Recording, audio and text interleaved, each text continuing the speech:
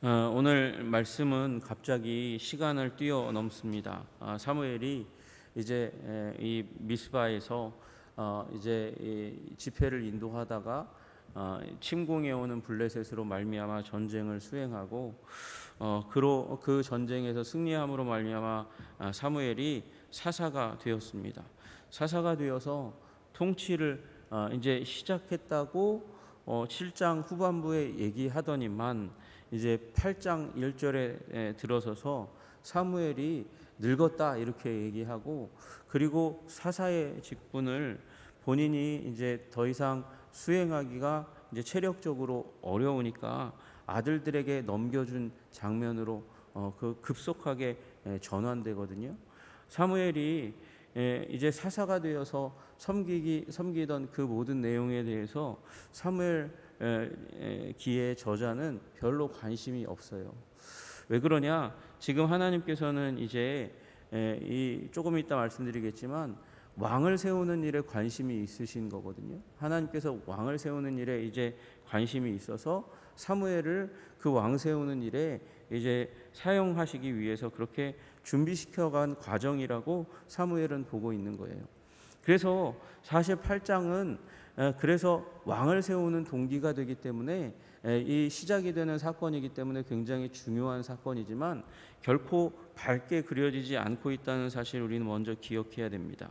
왜 사람들이 왕을 요구했는가? 사무엘이 첫째로 늙었다 이렇게 되어 있습니다. 여러분, 사무엘이 늙어갔습니다. 늙어감으로 말미암아 아들들을 이스라엘의 사사로 삼았다 그렇게 이야기하고 있습니다.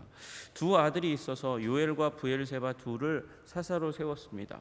여러분, 이제 여호와를 섬기고 여호와께 올인한 사무엘이 당연히 그 아들들도 이제 여호와 하나님의 그 기운이 담겨져 있는 그런 이름으로 짓는 것은 너무도 당연하죠. 그래서 첫째 아들을 요엘, 여호와는 하나님이시다라는 그런 이름으로 그 첫째 아들을 붙였고, 그렇죠. 여호와만이 하나님이시죠. 여호와만 하나님이십니다. 이 가나안 땅에 있는 여러 민족들이 섬기는 그런 바알과 다곤과 아세라와 같은 이들은 신이 아니고 오직 여호와 하나님만이 선하시고 아름다우시고 권능 있는 참신이라는 그 고백을 닮아서 요엘이라고 지었고, 둘째 아들을 아비야라고 지었습니다. 그 여호와 하나님이 참신이신 여호와 하나님이 나의 아버지신 거예요. 여호와는 나의 아버지시다. 그렇게 이름을 지었습니다. 어느 아버지가 아들들이 잘못되기를 원하는 아버지가 있겠고 어머니가 있겠습니까?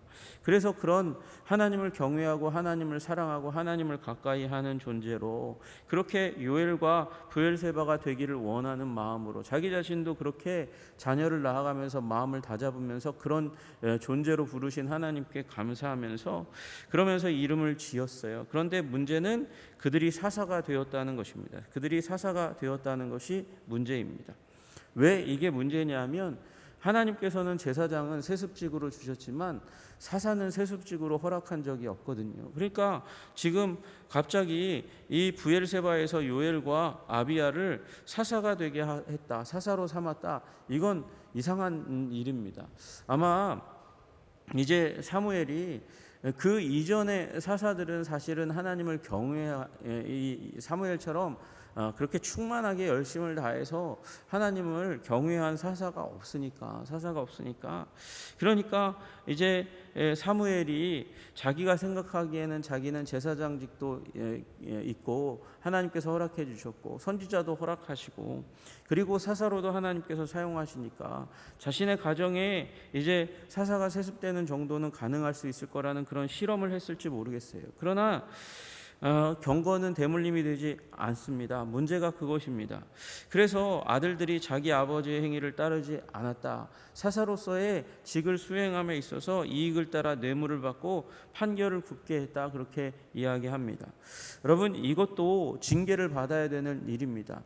엘리의 아들들 홈리와 비느하스 둘이 하나님께 범죄해서 그래서 둘 다 한날 죽임을 당하는 일들이 일어났습니다. 그리고 엘리의 집안은 완전히 깨졌습니다. 심판을 받았습니다.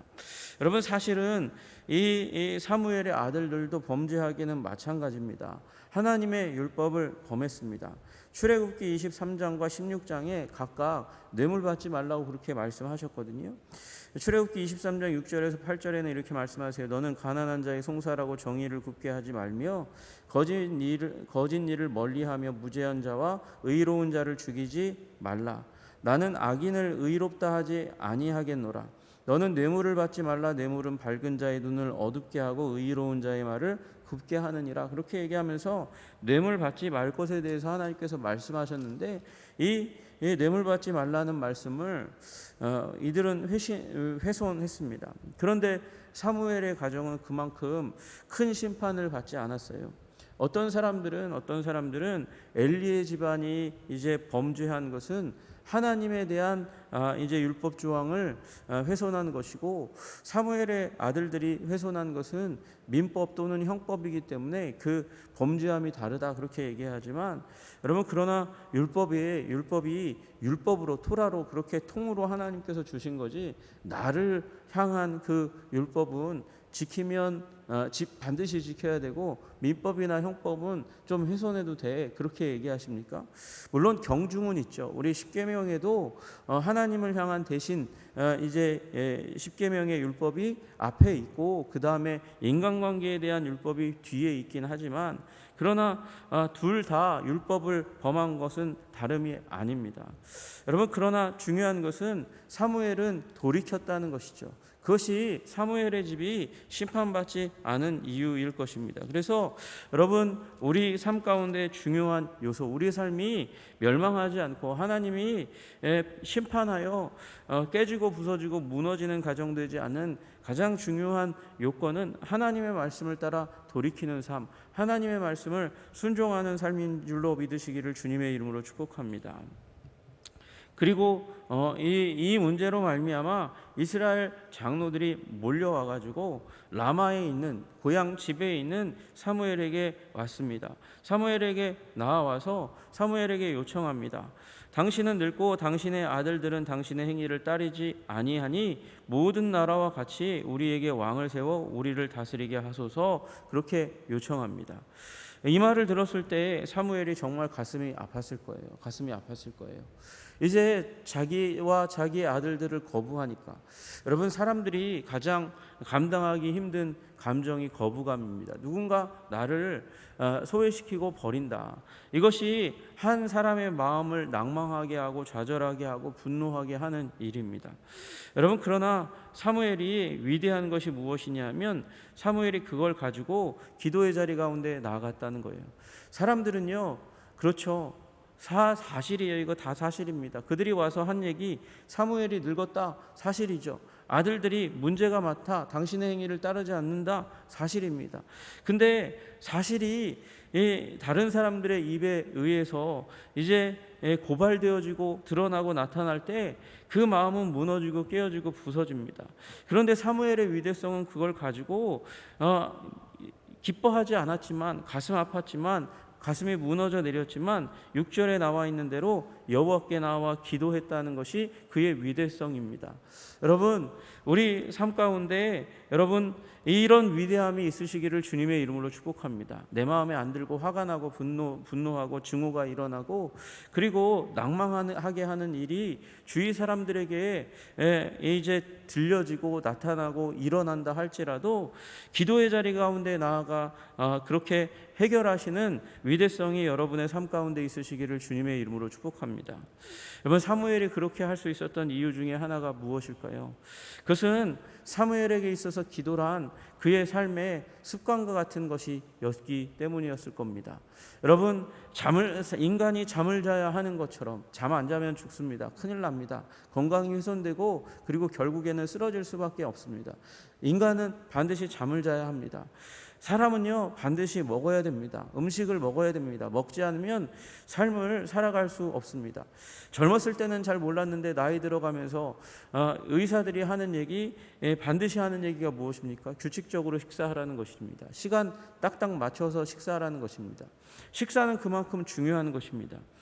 그와 같이 이제 사무엘에게는 기도가 자신의 삶의 습관이 된 것이죠. 필수 불가결한 인생을 이끌어가는데 절대 빼면 안 되는 그런 필수 요소로 자리 잡혀 있으니까, 그러니까 그 마음이 무너지고 깨어지고 아들들의 미래가 이제 불투명하게 되는 그런 불안한 상황 가운데서도 사무엘은 습관을 따라 기도의 자리 가운데 나아갔다는 것입니다. 여러분, 기도의 사람 되시기를 주님의 이름으로 축복합니다. 여러분, 신앙생활 오래 해도 기도하지 않는 사람보다는 기도하는 사람이 훨씬 더 낫죠. 그런데 기도의 사람 가운데서 열정으로 기도하는 사람이 있어요.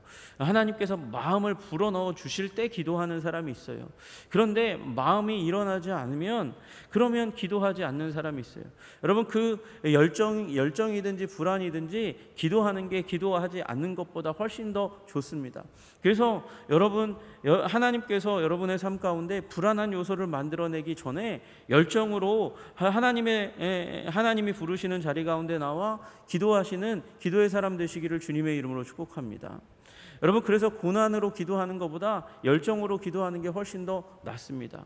여러분, 그러나 그것보다 더 나은 지경이 있습니다.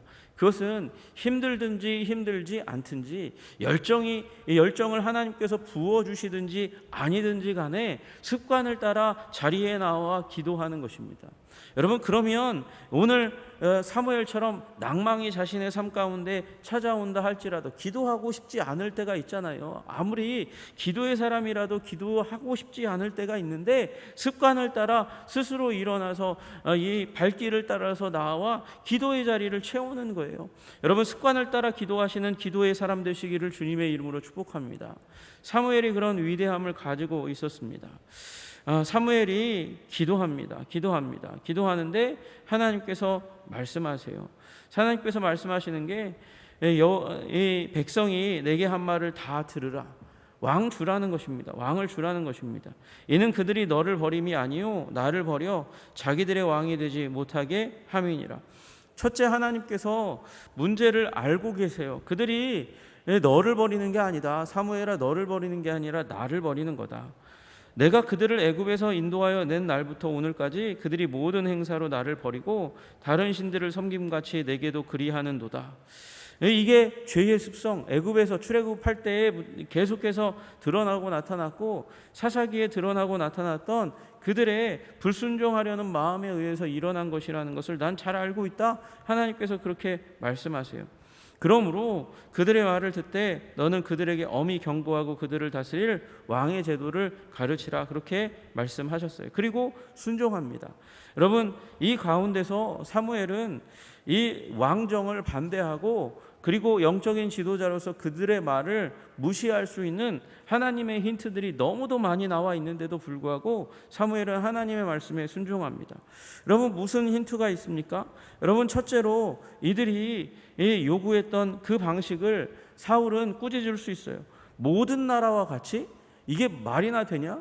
지금 모든 나라, 너희 주위에 있는 수많은 이제 가나안에 있는 나라 애굽과 그리고 메소포타미아에 있는 나라를 따라서 왕을 달라고?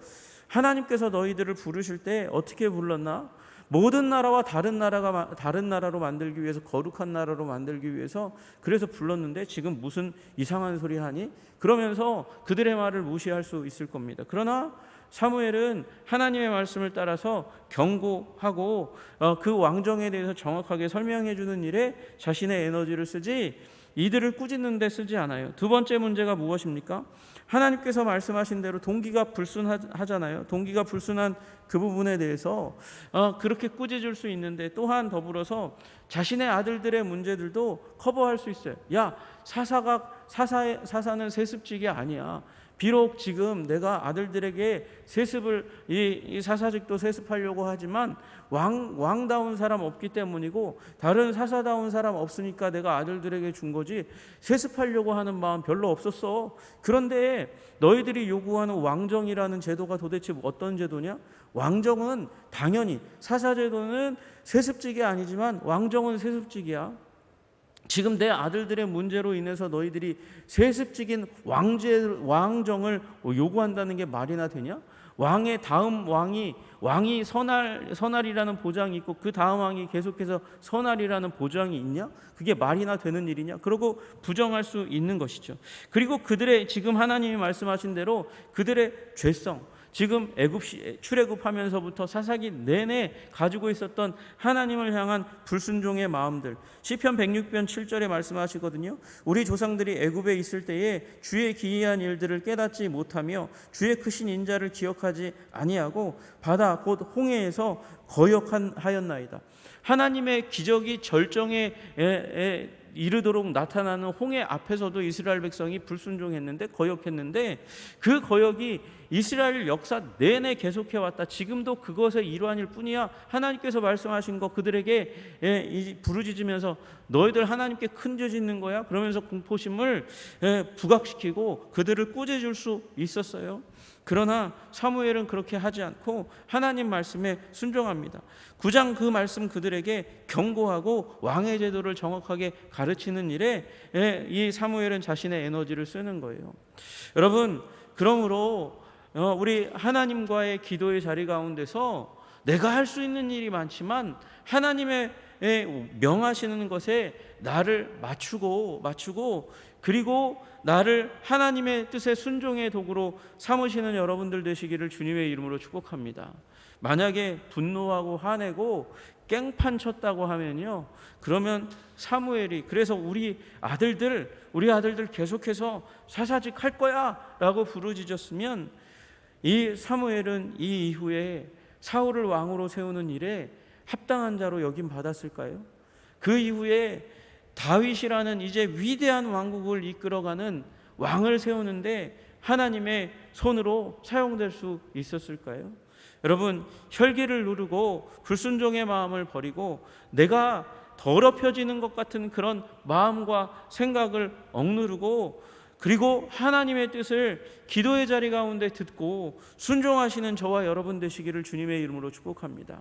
그것이 한 사람을 위대하게 만드는 것입니다. 늙고 초라한 노인인데도 불구하고 사무엘의 전성기는 아직도 오지 않았습니다. 사무엘의 전성기는 이제 시작인 거예요. 사울을 기름 붓고 그리고 다윗을 기름 붓고 그리고 그 과정들 가운데 사울에게 레슨을 주면서 지금 대대로 하나님의 백성들이 사무엘에게서 그 말씀을 듣고 있습니다.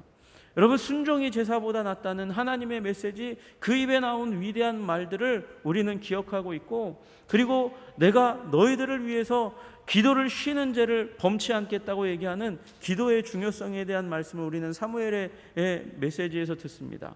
그 후에 나타나는 얘기잖아요.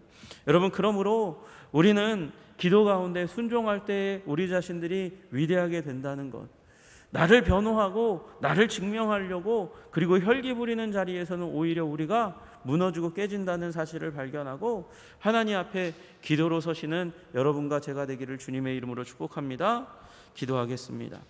하나님 아버지, 감사합니다. 찬양합니다. 사무엘이 백성들의 정말 말도 안 되는 논리에 이상한 얘기를 들음에도 불구하고 이미 하나님께서 말씀하신 왕정, 하나님께서 이미 말씀하시는 왕정을 세우는 도구로 자신을 두기로 결단하고 백성들의 말을 따르기로 하시는 하나님의 말씀에 최대한 순종하며 다만 경고의 말을 하는 도구로 충성스럽게 서 있었습니다.